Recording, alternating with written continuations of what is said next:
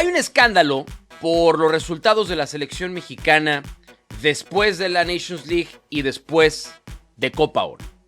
6 partidos, 0 victorias. Yo vengo aquí a decirles a todos, tranquilos, relájense, no se dejen guiar por esos resultados.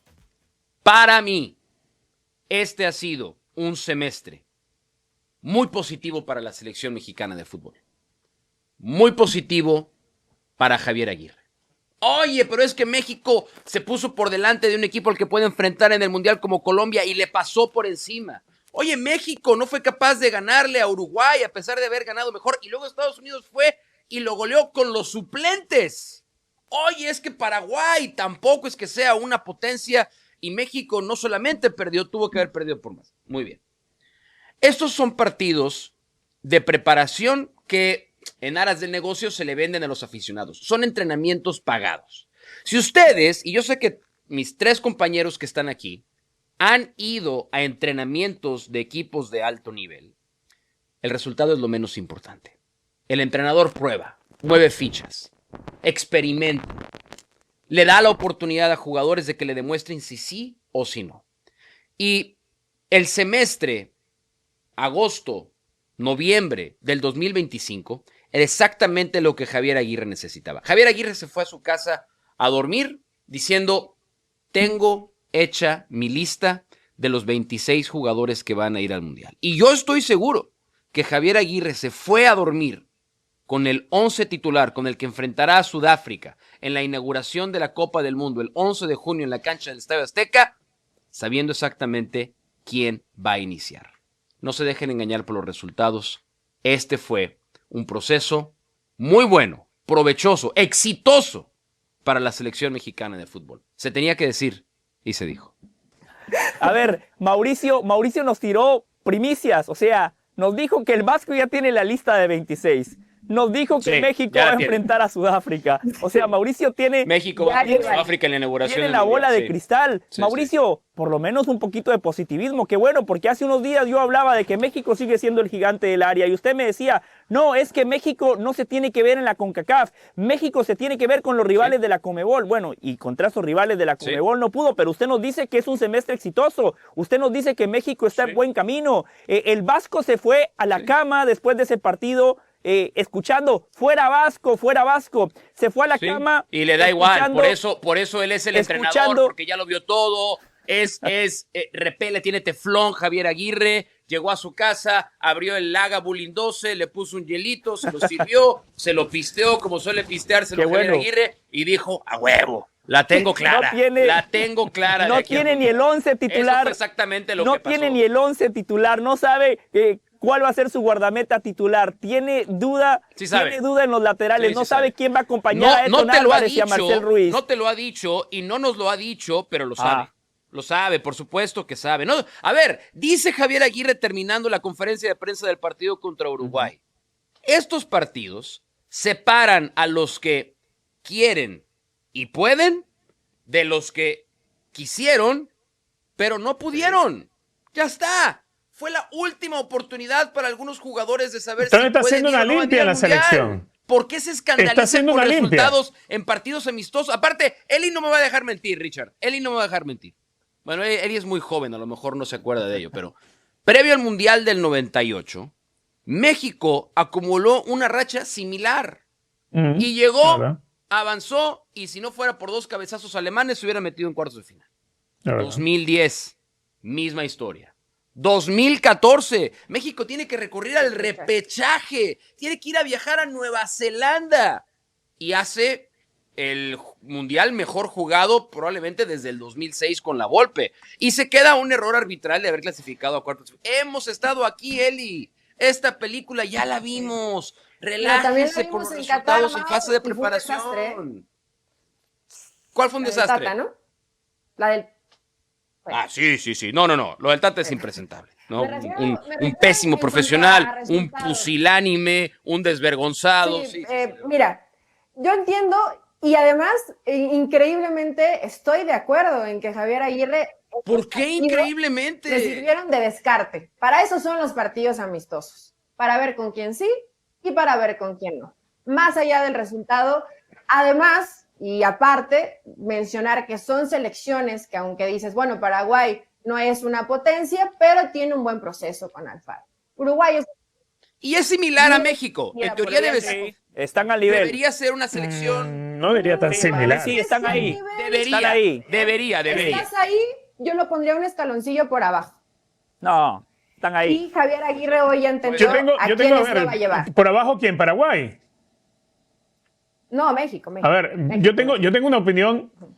A ver, estoy cerca de lo que dice Mauricio y lo entiendo porque en realidad es así. Este es un momento de descartes que está haciendo el Vasco Aguirre. Eso lo tengo yo claro también. Yo pienso que lo que debe preocupar en México no es el resultado del partido contra Uruguay o lo que pasó contra Paraguay. El tema que lo que debe preocupar no es ni siquiera quiénes son los que están quedando a deber y quiénes son los que por lo menos pintan para quedarse dentro del grupo definitivo para la Copa del Mundo.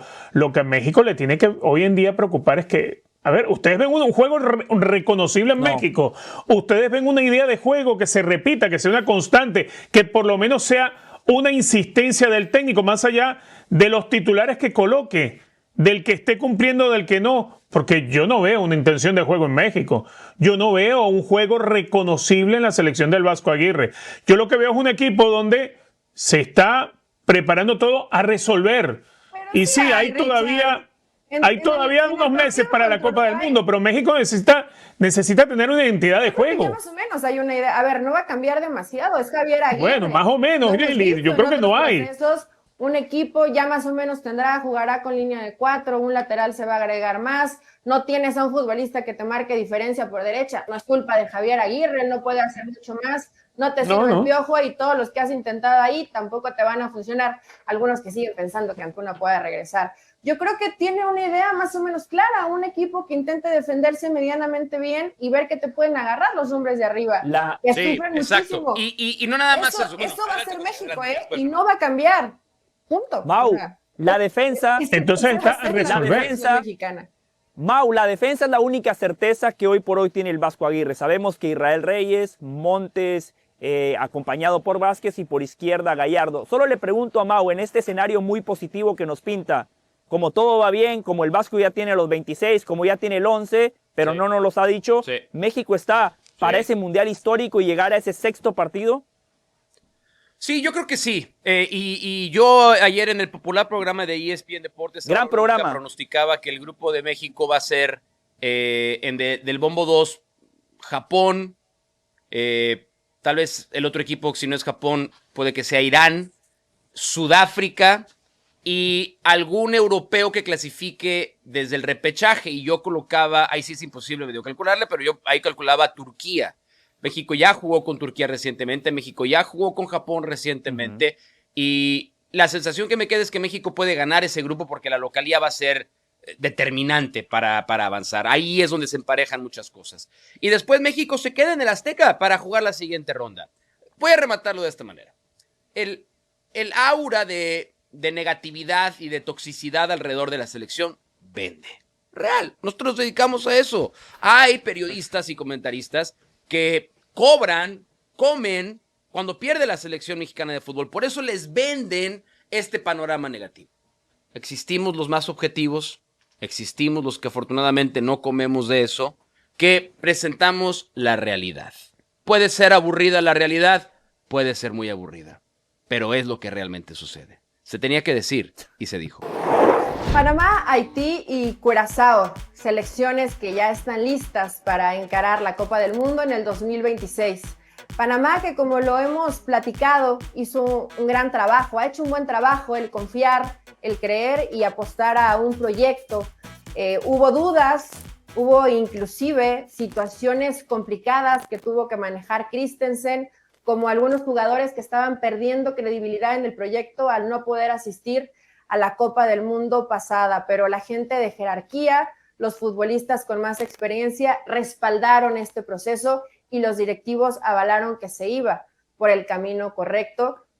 Y bueno, al final ahí están los resultados y Panamá se gana con categoría, muchas veces con buen fútbol y otras con inteligencia y madurez, el estar ahí clasificados en esta Copa del Mundo y las historias que nos encantan, que nos han regalado diferentes selecciones a lo largo de la historia del fútbol. La selección de Haití, que no tenía ni estadio y que diferentes circunstancias políticas, inclusive hasta situaciones que les ha pasado como país y que los ha perjudicado, y que el fútbol termina siendo un bálsamo para una selección que, si bien no cuenta con la estructura e infraestructura como liga, lo puede hacer a través de futbolistas que están en distintas partes del mundo, con una muy buena selección que termina siendo competitiva dentro de la zona de la CONCACAF, y Curazao, que asistirá por primera vez a su Copa del Mundo y que tendrá que disfrutarlo. Creo que lamentablemente la que pierde un poco es la CONCACAF midiendo el nivel de la zona.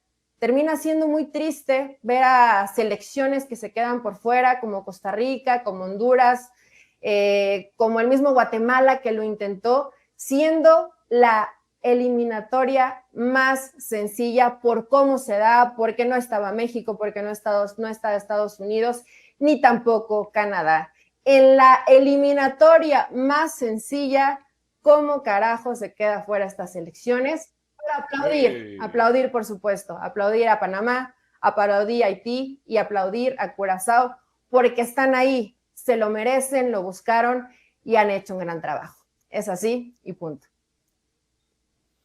Panamá es el espejo donde muchas selecciones de Centroamérica se tienen que ver.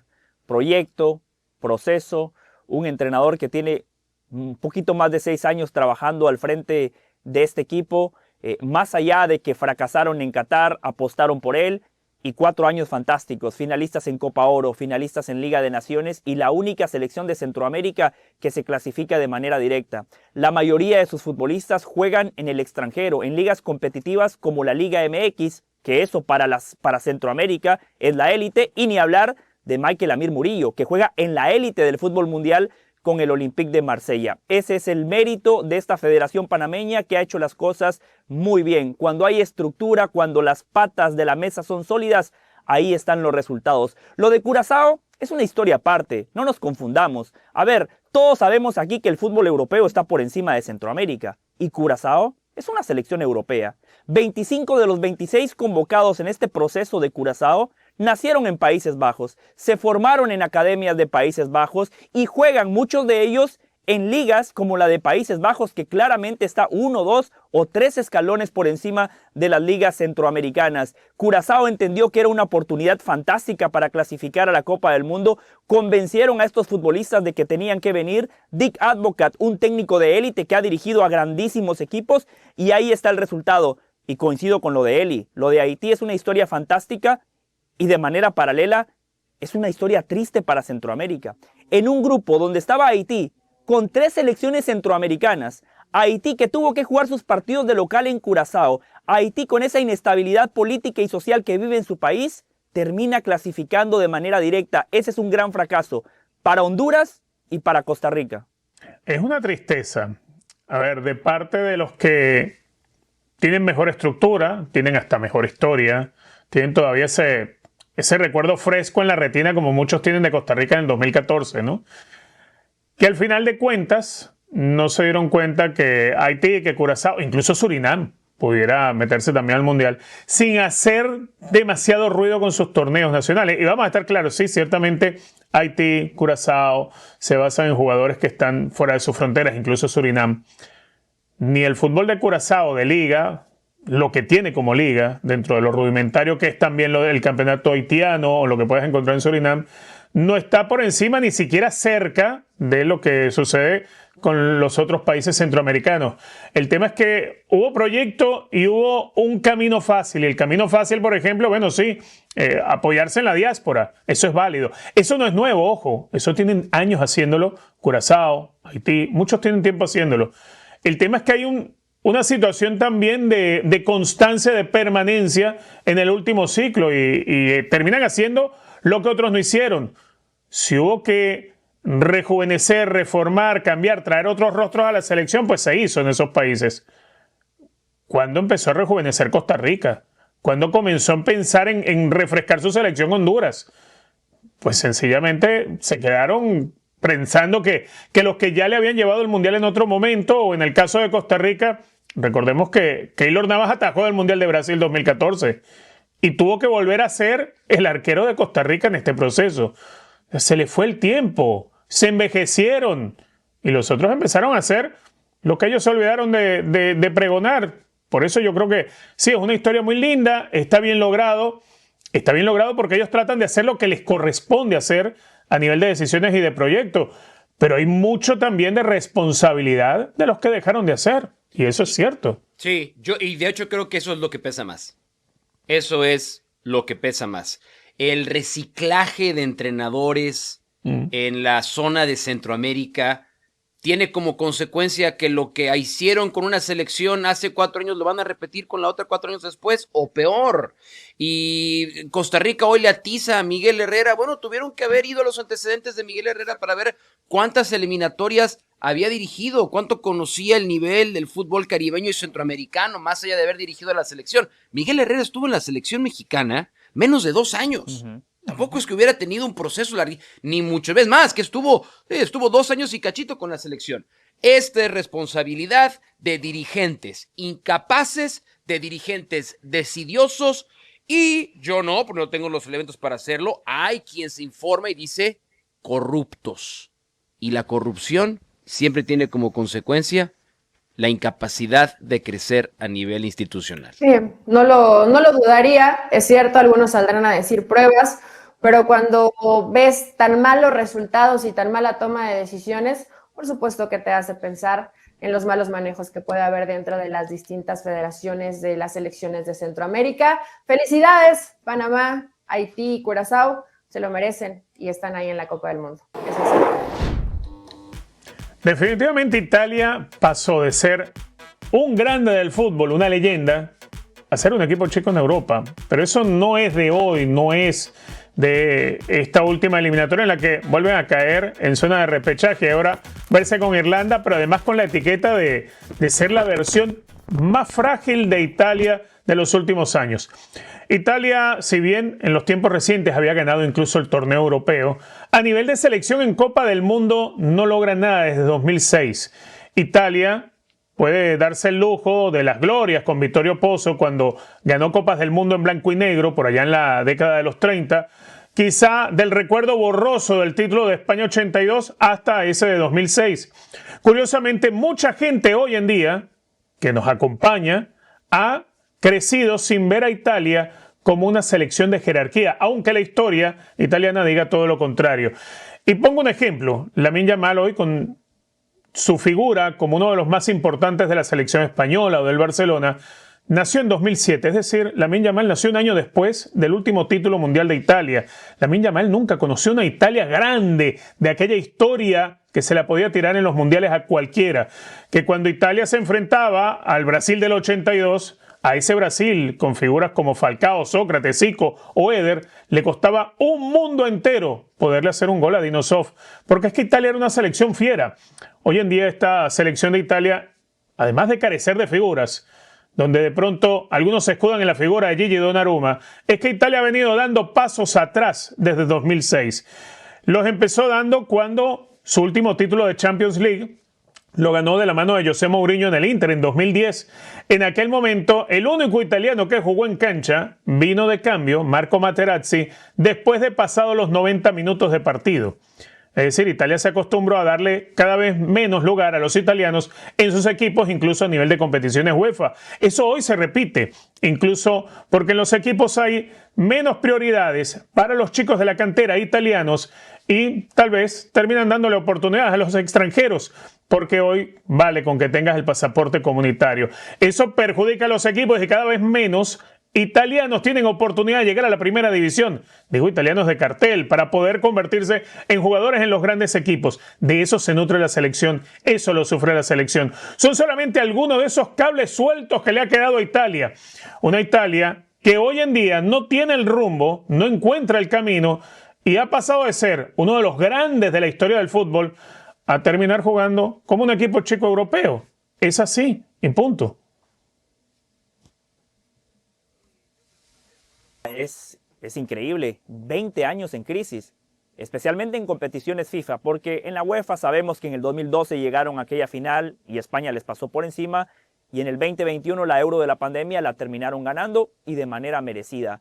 Pero en competiciones FIFA, desde el 2006 que ganaron la Copa del Mundo, 2010, 2014 eliminados en fase de grupos, 2018 y 2022 no clasificaron a la Copa del Mundo y ahora están en el repechaje. Cuando hacemos un repaso línea por línea de los jugadores que tiene Italia, ayer Mauricio en el gran programa que hacemos Ahora o Nunca, que va por el Emmy, popular programa, por el Emmy, de por el ESPN, Premio Nobel y por el Pulitzer, decía Mauricio que en el cuerpo técnico de Italia hay más calidad que en la cancha, y yo coincido con eso. Esa crisis que hoy por hoy tiene Italia en la materia prima es increíble, y también la crisis en cuanto a nuevos entrenadores italianos. Los entrenadores italianos durante mucho tiempo marcaban la pauta. Hoy, esta nueva camada, Gattuso, Andrea Pirlo, Thiago Motta en su momento, ninguno ha podido, ninguno ha dado el salto. Vamos a ver si al final de cuentas a Italia le alcanza para clasificar a la Copa del Mundo. Puede ser que sí, pero si le alcanza, esta selección no está para trascender, no está para revalidar, pero es que además, José, la historia que tiene. Tú tocas el tema de los entrenadores, y los entrenadores modernos en Italia renunciaron a lo que había sido la identidad del fútbol italiano. El catenaccio, el juego férreo defensivo, el de la lucha permanente, el de te gano por goleada 1-0. Los italianos renunciaron a eso, y esa camada de entrenadores nuevos quisieron convertir a Italia en Brasil, en Argentina, en España, en Alemania, jugando a una cosa que no es italiano. Y ellos son italianos. El fútbol ha cambiado, no te puedes quedar. Digo, tienes una base, tienes una esencia. Estaba viendo la selección que fue campeona del mundo en el 2006. Buffon, Materazzi, Cannavaro, Zambrano, Piero, Totti, Camoranesi. Me refiero, para recordar un poco los nombres, también hay que entender que el talento hoy no es el mismo, ¿no? No tienes a esos futbolistas de élite, no tienes esos futbolistas que te conformaban una selección que decías, wow, es Italia. Hoy, con algo mucho más precario, tienes que Pero ¿sabes por qué, Eli? Están ahí los resultados. Yo encuentro dos razones para ello. Uno, en ese momento del que estás hablando, 2006, un año antes, el Milan había llegado a la final de la Champions. El Inter era después un equipo que fue muy competitivo. La Juve ejerció un dominio histórico, ganando 10 scudettos consecutivos. Los equipos italianos eran más fuertes, los clubes italianos eran más fuertes. Y el futbolista italiano, un poco similar al futbolista inglés, no es de exportación. Son domésticos. Pero cuando compites en una liga de alta exigencia, no tienes que salir. Estás en uno de los mejores clubes, en una de las mejores ligas del mundo, y vas, por lo tanto, tu nivel se va a elevar. Hoy les pregunto, ¿los mejores extranjeros van a la liga italiana? No. ¿Los mejores jugadores del mundo van a la Serie A, van al Inter, van al Milan, van a la Juve? ¿Y en qué coinciden todos ellos? La Juve pasó por un proceso de escándalo de amaños de partidos. El Milan, podrán decirle todo lo que quieran a Silvio Berlusconi, yo me concentro en lo futbolístico. Creó un poderoso equipo en el Milan. El Inter empezó a intercambiar de manos de dueños, es decir, se debilitó la estructura de los grandes clubes italianos. Dejaron de llegar los grandes jugadores de todo el mundo a Italia, y entonces, como el italiano no emigra, se queda en su base, se queda en su club, baja su nivel. Y esa es la razón por la que hoy, Eli repasaba a los campeones del 2006. Varios de ellos están en el cuerpo técnico de Gattuso.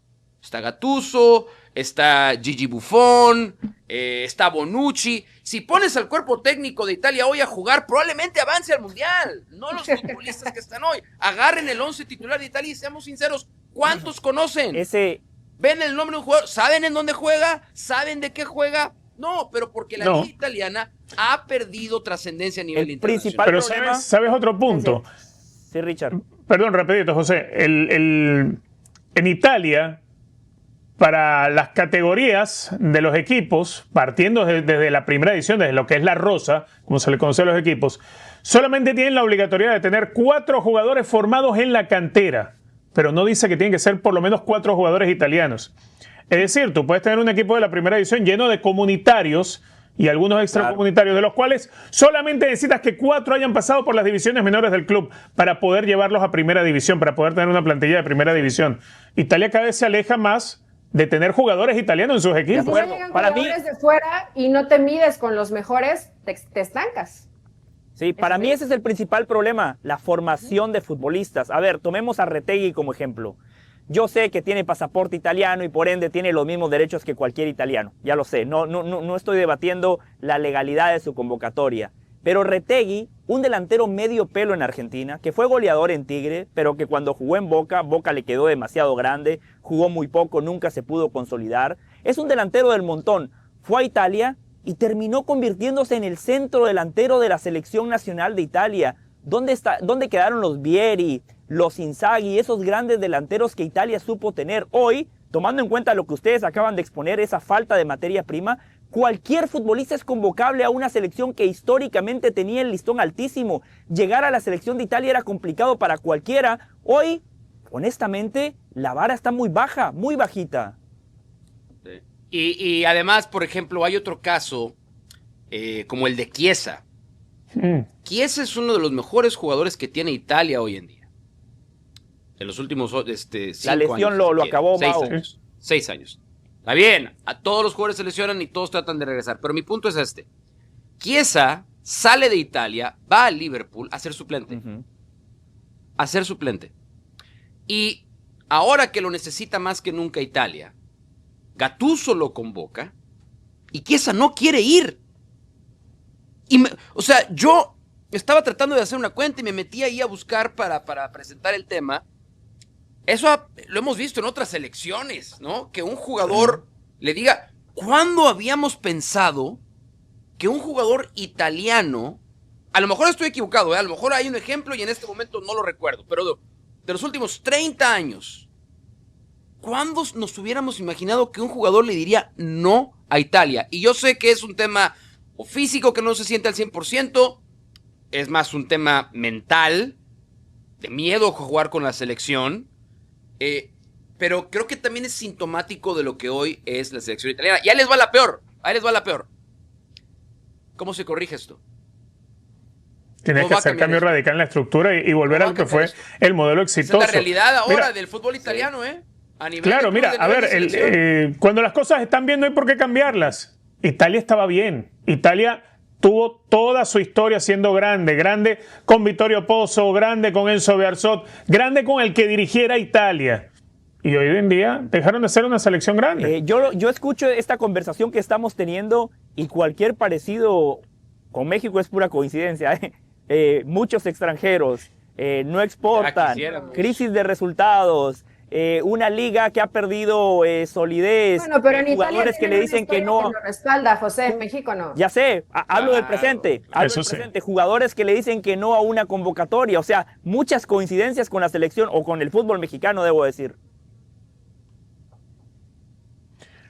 Y muchos podrán achacar que Italia, bueno, dentro de este proceso todavía puede ir a una Copa del Mundo y se va a tocar enfrentar con Irlanda y pudiera ser. Pero eso lo comparas también con las declaraciones que dio Gennaro Gattuso cuando te dice, bueno, en Sudamérica de 10, 6 y medio van al Mundial. Sí, pero hay 3 campeones del mundo. Italia en esta fase de eliminación no enfrentó a ningún campeón del mundo. Lo más duro que tuvo fue a Noruega. De resto los rivales eran Israel, Estonia, Moldavia. Si Italia no logra por allí meterse directo a una Copa del Mundo y tiene que estar hoy en una zona de repechaje contra Irlanda, pues significa sencillamente que algo se está haciendo mal, porque lo tenías todo para poder avanzar. Con todo esto, al final de cuentas, Italia dejó de ser el grande de la historia, ese equipo con el que muchos niños en el mundo entero crecieron, viéndolo como una selección de respeto, de temor, una selección que no le importaba si jugaban contra la Argentina de Maradona o el Brasil de Zico. Salían y lo obtenían resultados. Que una goleada de 4-1 sí sufrió Italia en una final de Copa del Mundo en el 70 contra el Brasil de Pelé, Babá y Garrincha. Esta vez son capaces de perder 4-1 con Noruega, la de Haaland. Sí, y quedarse al repechaje, también a las puertas de una eliminación. Italia dejó de ser un grande de la historia para ser una selección chica en Europa. Es así y punto. Mis colegas sudamericanos están muy nerviosos, encabezados por Richard Méndez. nos han vendido una narrativa que la Conmebol es la mejor confederación del planeta Tierra, que tiene la eliminatoria más compleja, que no se regala absolutamente nada, que la Conmebol está muy pero muy por encima de la CONCACAF. Nos han dicho, Bolivia y Venezuela, si se eliminaran en la CONCACAF, cada 4 años estarían en la Copa del Mundo. Y después, claro, presumen a Brasil, que tiene 5 campeonatos del mundo, presumen al tricampeón Argentina, y cuando les conviene también suman las 2 estrellas que tiene Uruguay en el pecho. Una cosa son Brasil y Argentina, y otra cosa es el resto de la Conmebol. Selecciones que cuando van a la Copa del Mundo, honestamente son normalitas. Muy pocas veces terminan trascendiendo. Uruguay sí, semifinalista en el 2010, y la última vez que había llegado a semifinales, 1970. Reitero, Brasil y Argentina, mis respetos para ustedes. Pero mis hermanos de la Conmebol se llenan la boca y dicen, no, la Confederación, somos los mejores, y se meten en esa bolsa donde realmente nada más están Brasil y Argentina. En el repechaje intercontinental vamos a tener la verdadera prueba.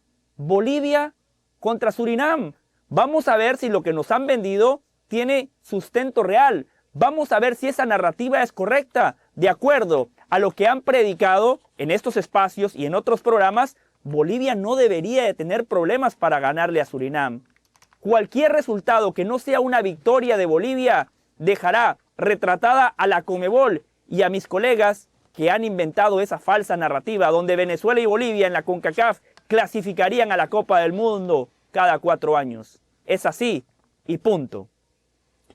Pégale, Richard, pégale. Permíteme Richard, responderle pégale, yo, porque vino directo conmigo. Sí, a ver, sí. yo jamás he dicho que Venezuela en CONCACAF clasificaría. No. Jamás lo he dicho. No, jamás lo he dicho. Eso yo jamás lo he dicho.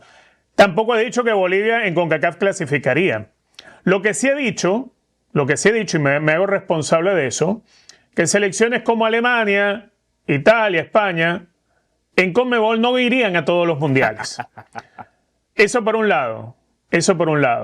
Porque, a ver, comparar CONCACAF con CONMEBOL, en CONCACAF en la eliminatoria, cualquier selección que no sea México o Estados Unidos se vive aterrada de que no le toque jugar contra México, contra Estados Unidos, que son campeones de Copa Oro, que no han ganado un mundial.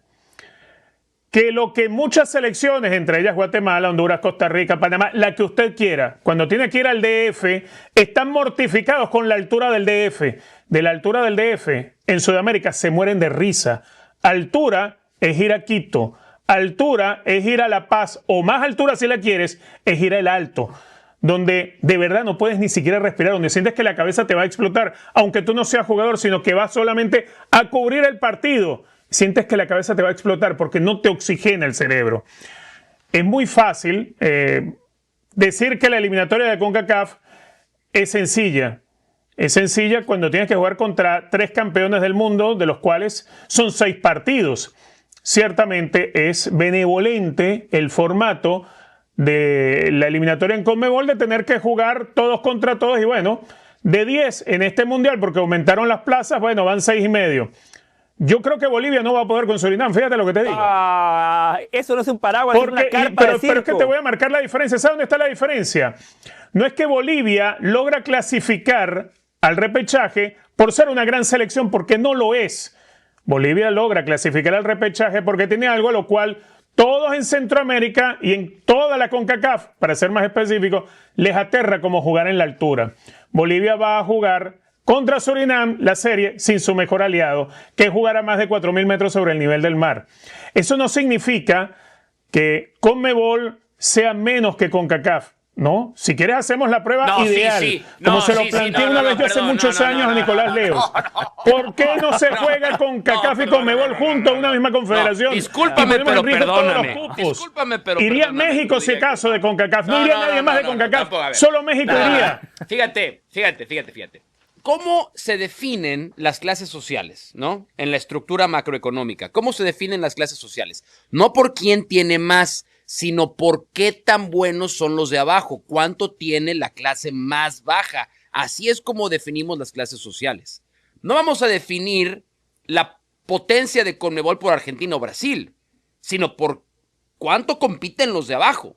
Entonces, si en CONCACAF los históricos históricamente de abajo como Surinam son capaces de eliminar a los históricamente rezagados como Bolivia, CONCACAF es mejor que Bolivia es de los de abajo. Es por eso. Ajá. Estamos en un tiro parejo. Nosotros mandamos y a no te nuestros estoy mintiendo, peores creo que Surinam va a eliminar a ustedes Bolivia. mandan a sus peores representantes. Esto es así de sencillo. Y si nuestros peores representantes les pegan a sus peores representantes, perdón, pero entonces no tiene por qué sentirse la Conmebol superior a la CONCACAF. Bueno, yo creo que Surinam no es el peor representante de CONCACAF. No es el peor representante de No es Surinam el peor representante de CONCACAF. Tal vez sea, no sé, Belice o algo de eso. A ver, por supuesto que sí. No vamos a ir a 42 países de la CONCACAF. A Bolivia nos sacas de Estás planteándolo mal, Mauricio. Bolivia de fútbol no te ofrece nada. Creo que Surinam, dentro de sus limitantes y dentro de lo que intenta de fútbol, era bastante agradable ver a esta selección de Surinam.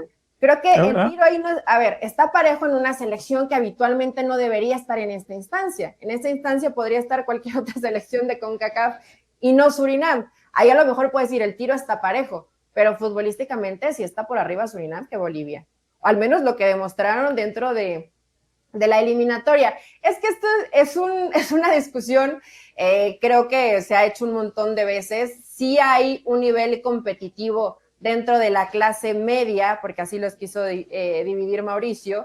En la Conmebol hay creo que más competencia de lo que puede llegar a haber en la CONCACAF. Y peor aún, que si tomamos de referencia la competencia reciente, pues en la CONCACAF hay una pobreza inmensa de nivel futbolístico en selecciones que deberían competir mucho mejor, ¿no? Pues de acuerdo. Canadá siente estar en desacuerdo contigo, ¿eh? ¿Por qué? Pero, a ver, Canadá estás hablando... Canadá para nosotros... A ver, yo te voy a hacer la comparación de lo que es Canadá en CONCACAF. No a México, no a Estados Unidos. Y además hay otro elemento aquí a considerar que es Jamaica. Porque Jamaica, si ustedes creen que nuestros países y nuestras selecciones están como están por sus pésimos dirigentes, Jamaica llega y dice, quítense que ahí les voy. Porque no van los mejores jugadores de Jamaica, porque están enfrentados completamente con su confederación. Porque si Jamaica se pusiera seria,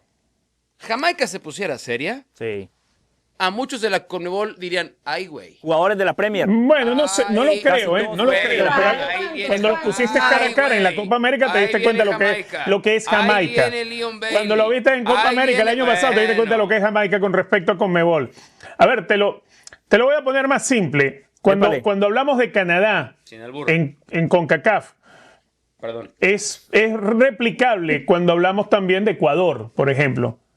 Ecuador no te ha ganado una Copa del Mundo, no te ha llegado siquiera a semifinales de Copa del Mundo, pero Ecuador hoy en día es una selección seria con prácticamente la etiqueta de ser un abonado de la Copa del Mundo. Hoy Ecuador tiene un jugador que es campeón de Europa, hoy Ecuador tiene un jugador que es campeón del Mundial de Clubes en su selección.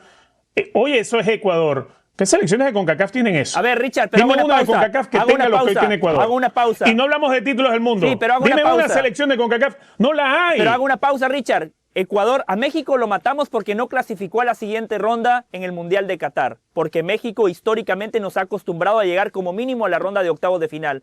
Ecuador, al igual que México, Richard, en el Mundial de Qatar, 3 partidos y se regresaron a casa. Lo que pasa que los medimos de manera distinta. Yo honestamente, esperaba que Richard, por todo lo que nos ha vendido de la Conmebol, viniera a decir, no, Bolivia no va a tener problema para ganarle a Surinam. Pero viene y ofrece... Es que tampoco voy a mentir, yo te voy a decir lo que me parece. Yo soy analista de fútbol, yo no soy vendedor de humo. El análisis que hace programa a programa, no lo entiendo, no entiendo.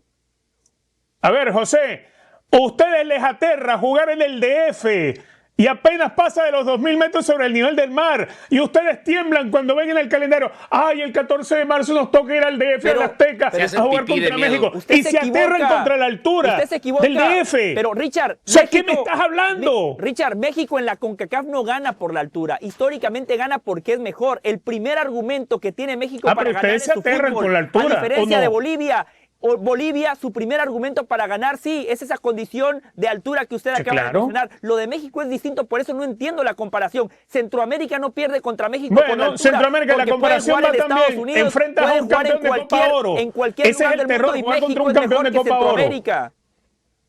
Por favor, el terror es jugar contra un campeón de Copa Oro. Bueno. Apenas tienes 2 campeones de Copa Oro que te enfrentas, ¿no?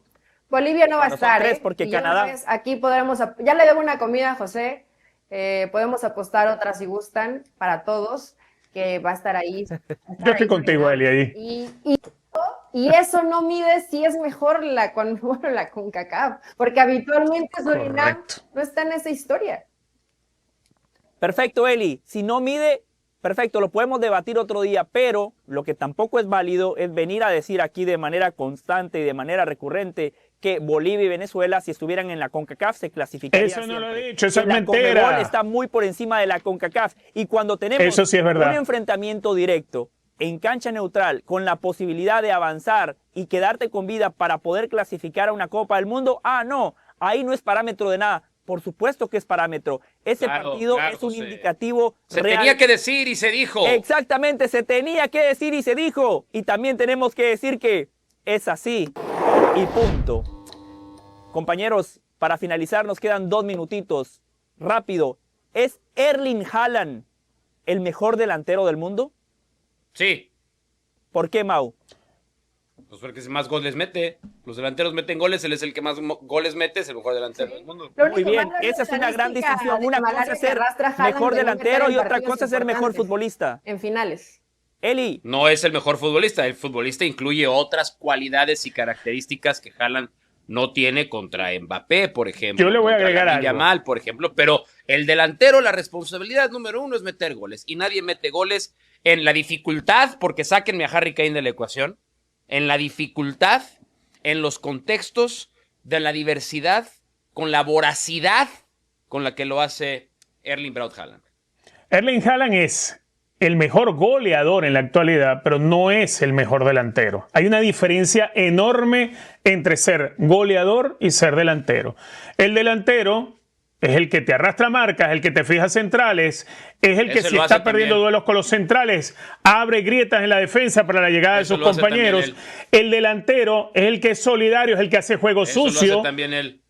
Eso Haaland no lo hace. Haaland es un claro goleador. Que lo hace. No, esas cosas te las hace Mbappé, te las hacía Benzema. Eso te lo hacía Cristiano también.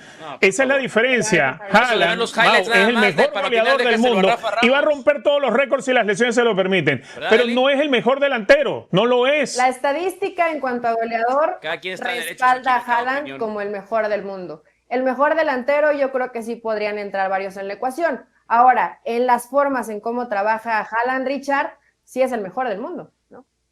Ya después podemos poner una directora técnica que ve el fútbol con ojos de analista. Muy bien, Elizabeth Patiño, felicidades. Erling Haaland es el mejor finalizador del planeta Tierra y qué suerte tenemos que en